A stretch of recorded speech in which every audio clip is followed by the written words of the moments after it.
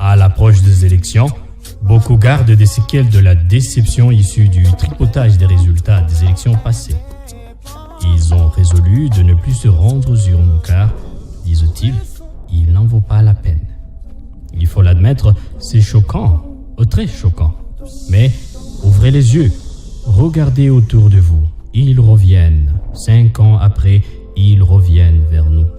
Ils sont porteurs des biens et services gratuits et de beaux discours. C'est leur mode opératoire.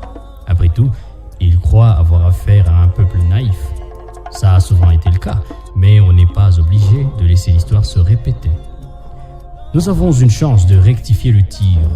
Si nous ne la saisissons pas, alors nous ne méritons pas mieux. Ce n'est pas l'inaction qui nous mènera à l'autre rive, non. Alors, remettez-vous les idées en place, laissez le héros en vous agir et rappelez-vous surtout qu'il ne s'agit pas que de vous car, voyez-vous, au cas où vous ne l'auriez pas encore remarqué, vous aussi représentez à votre tour plusieurs personnes. Pensez à vos enfants, aux enfants des déplacés, à toute personne qui ne peut exprimer son suffrage. Serez-vous là quand ils auront besoin de vous? Quel effet cela vous ferait de ne pas pouvoir parler et de regarder impuissamment les gens qui peuvent parler pour vous s'abstenir obstinément à le faire?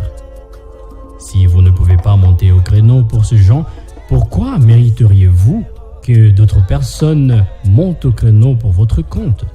Et de toute façon, en quoi seriez-vous différent des politiciens manipulateurs, véreux et machiavéliques qui vous dégoûtent?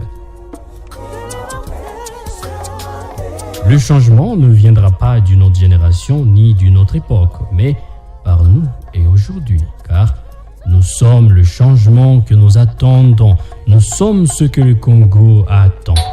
Chers compatriotes, l'heure a sonné, le Congo nous appelle au rendez-vous historique. C'est un pays qui pleure, qui saigne.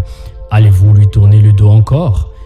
J'espère du fond de mon cœur que vous serez du bon côté de l'histoire, que non seulement vous vous rendrez aux urnes le jour des élections, mais aussi et surtout, vous doterez nos institutions des bons dirigeants.